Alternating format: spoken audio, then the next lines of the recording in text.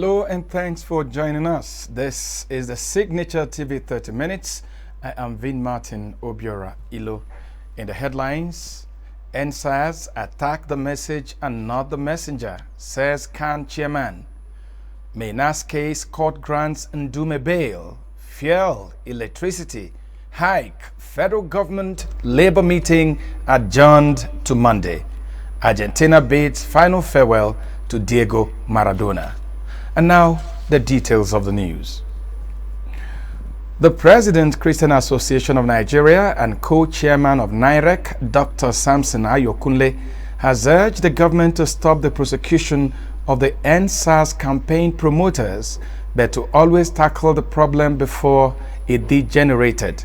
The CAN president, who stated this at the fourth quarterly meeting of the Nigeria Inter-Religious Council, NIREC, held in Abuja on Thursday with the theme Questioning for Peace in the Challenges of Security and COVID-19, also asked the government to ease the suffering of the masses.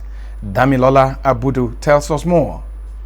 While bemoaning the cost of goods and hardship being faced by Nigeria due to the COVID-19 pandemic, the President, Christian Association of Nigeria and the co-chairman of NIREC, Dr. Samson Ayokunle, urged the federal government to reverse the increase in fuel pump price and to be more proactive in addressing the concerns of citizens to avert future protests. Convey this to government that they should stop hunting people here and there that have got something or the other to contribute to the answers. The permanent solution will come from addressing the problem without allowing short opportunity of demonstration to come again. Let me also say that the biting the time of biting coronavirus is not auspicious time for the increase in the prices of the pump price of petrol at all. Decrying the level of insecurity in the northern states, the Sultan of Sokoto, Alhaji Saad Abubakar, stated that the security system in the north has completely collapsed, with casualties not making the headlines.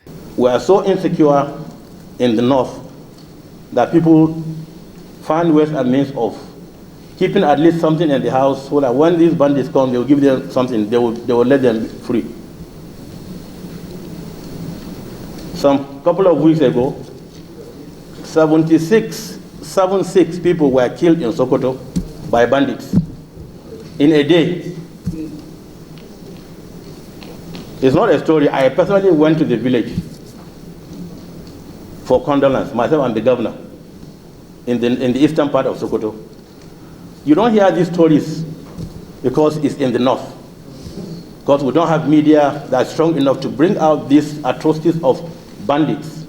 While declaring the event open, the Secretary to the Government of the Federation, Boss Mustafa, reminded Nigerians that peace and security requires collective efforts of both government, citizens, and traditional rulers. Damilola Abudu, Signature TV News, Abuja. A federal high court has granted bail to Senator representing Borno South Ali Ndume. Senator Ndume has been in detention since Monday for standing surety for former Pension Reforms Task Force Team Chairman Abdul Rashid Maina, who had jumped bail. But Justice Okung Abang, who granted the bail on Friday, said the decision was based on the senator's record of good behavior in court. However, Maina has repeatedly failed to appear in court for the continuation of his trial. Drug abuse is fast becoming a big problem for a lot of young Nigerians. According to experts, youths caught in the web of drug dependency hardly get help from the society. In this report, Signature TV correspondent Michael Ilediago brings the story of a young Nigerian drug addict on the way to recovery. Left confused and depressed, he has no other option than to seek for help. Apart from his mother, every other members of his family deserted him. His crime, drug addiction. Obinna, not his real name, is an Enugu indigene. Years ago, he visited his uncle in one of the states in northern Nigeria. In the north, he started helping his uncle in their mechanic workshop after going to school. While in the north, he started serving as an apprentice in his uncle's mechanic workshop each time he came back from school. At a point, Obinna started feeling weak and sick after work at the mechanic shop. This made him seek for advice. Unfortunately, that was how his journey into drug addiction began.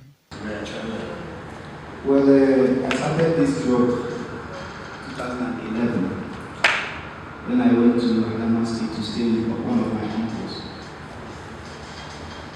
We do deal with the generator state and the blisters, those things that are power lights. And I was also enrolled into afternoon school.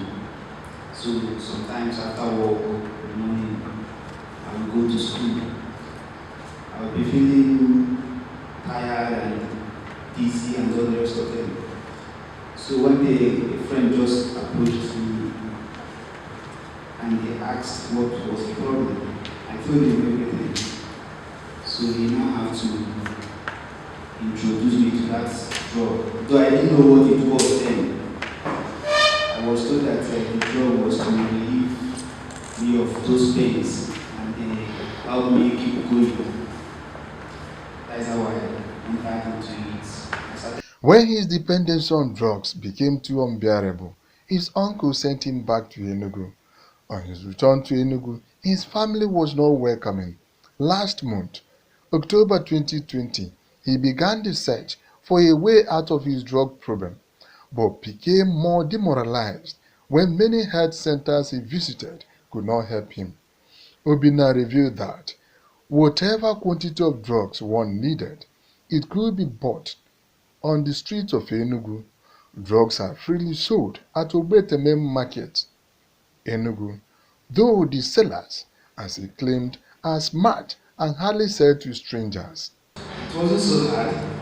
It's not far. In a way, here, I know of many shops that sell it because if you come there, they'll just look at you, they will know if you take it or not. So they'll sell it to you. Speaking on the matter, an advocate for Reform in Drug Use Act and executive director, Benstar Development Foundation, Nuse Maduka, who helped Obinna to get medical attention, identified the need to improve the capacity of health workers in managing drug-related disorders. Look, one of the reasons why I want to bring this thing out is to show the gap in capacity that even among the health professionals that really don't know what to do. For the health sector, let's start doing things where we can do things, because the primary health center, they are grassroots based. And substance abuse is a community problem. Commenting on drug abuse, a psychiatrist, Dr. Uchenno Onu, shared his experience handling drug-related mental disorders. For us to begin treatment, we have to be sure that the person has a drug use problem or disorder. So in other words, the first phase is to make a diagnosis. So the second phase is now to detoxify the person of the substance of use. Then you have to stabilize or do maintenance treatment.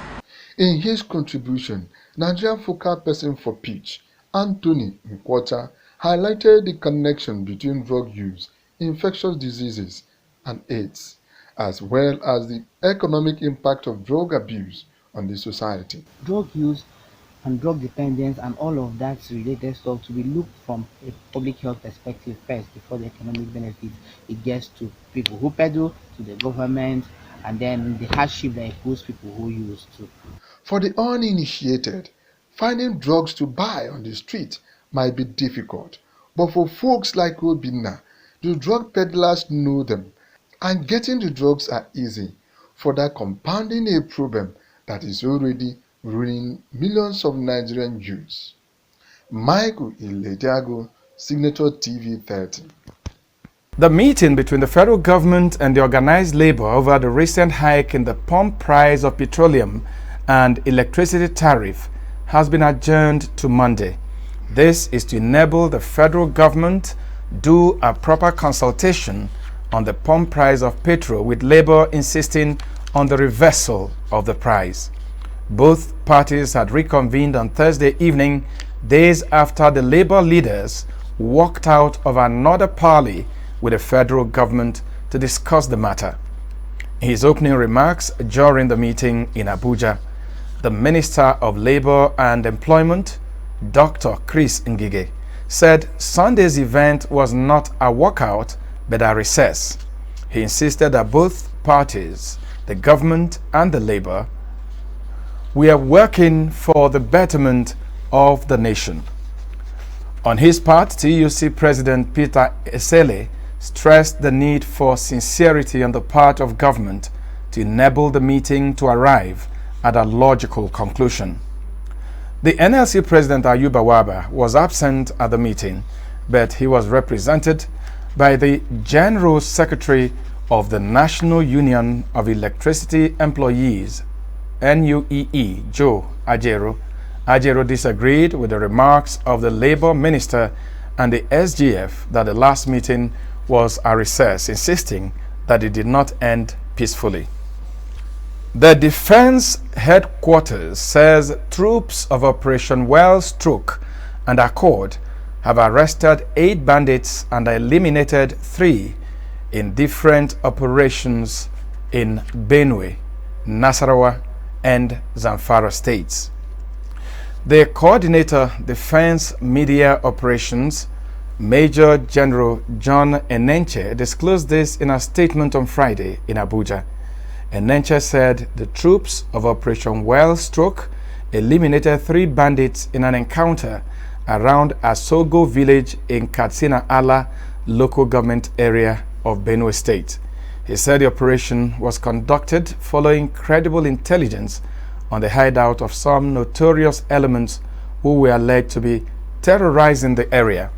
He disclosed that 1 locally made pistol and 11 rounds of 7.62mm special ammunition were recovered during the encounter. Enenche said that troops of Sector 111 arrested 2 suspects who were believed to be behind recent clashes between herders and farmers in a Tayagiso community in Doma, local government area of Nasarawa State. As Nigerians are recovering from effects of the NSAS protests and the revelation that Inspector General of Police has rejected letters of resignation from hundreds of police officers, Signature TV correspondent Obi Chibweze went to the streets of Abuja to get reactions to this development.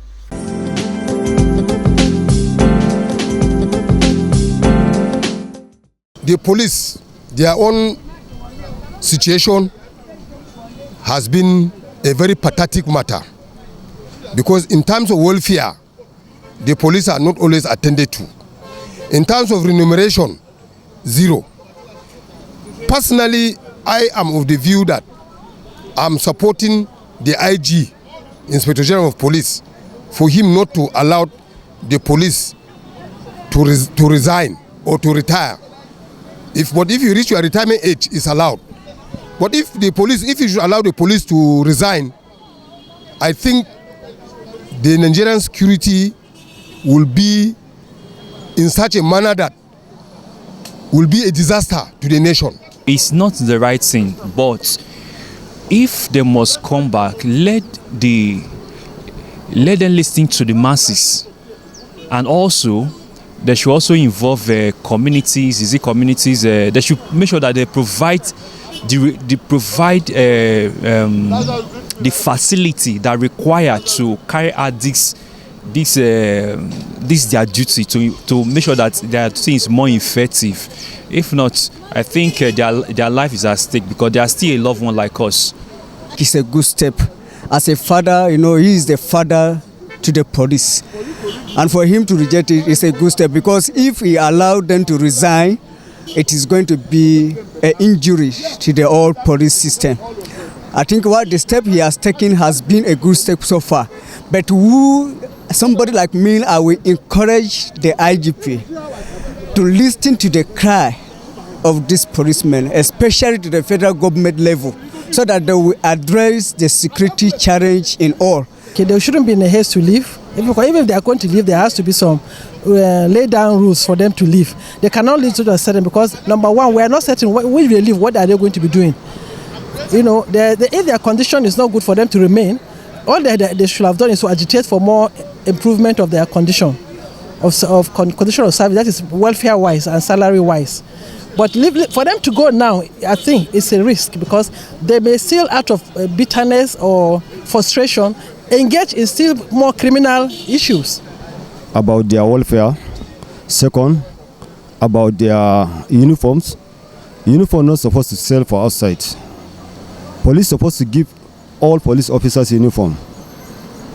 But now, police are buying uniform for outside. It's totally wrong. If they can pay police better salary, they will use it and train their children. And now, you go operation, they kill you now, your family will suffer. Because they cannot take care of your family. Those people are thinking about their life and the life of their families to be in danger in the situation we find ourselves today. So that is why they put their resignation letters. So for the purpose of their own safety and the safety of their family, because when they die on the servicing of the nation, the government have nothing to do than to commiserate with the family, and they abandon them at last. So if they put their resignation, they are one way in order. But in the other way, if all of them continue to resign, there will be more increase in insecurity in the country. No matter how weak people claim the police are, or no matter how efficient they say they are still necessary as long as security is concerned. The Minister of Finance, Budget and National Planning, Zainab Ahmed, on Thursday in Abuja said there is no plan to review the 2021 budget currently before the National Assembly. She has also allayed the fears of federal civil servants that the country's entering into recession may affect payment of salary to workers.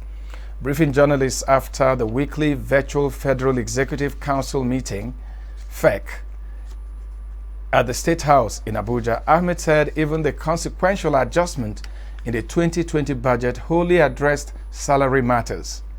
According to the minister, payments of worker salaries are guaranteed despite the recession, noting that issues bordering on any challenge on salary payments, which only had to do with agencies funded through Government Integrated Financial Management and Information System, GIFMIS, had been remedied.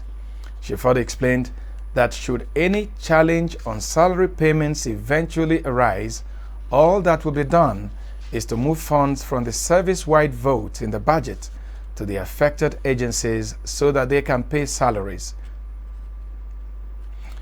insisting that the issue of salary payments during the recession is a settled matter.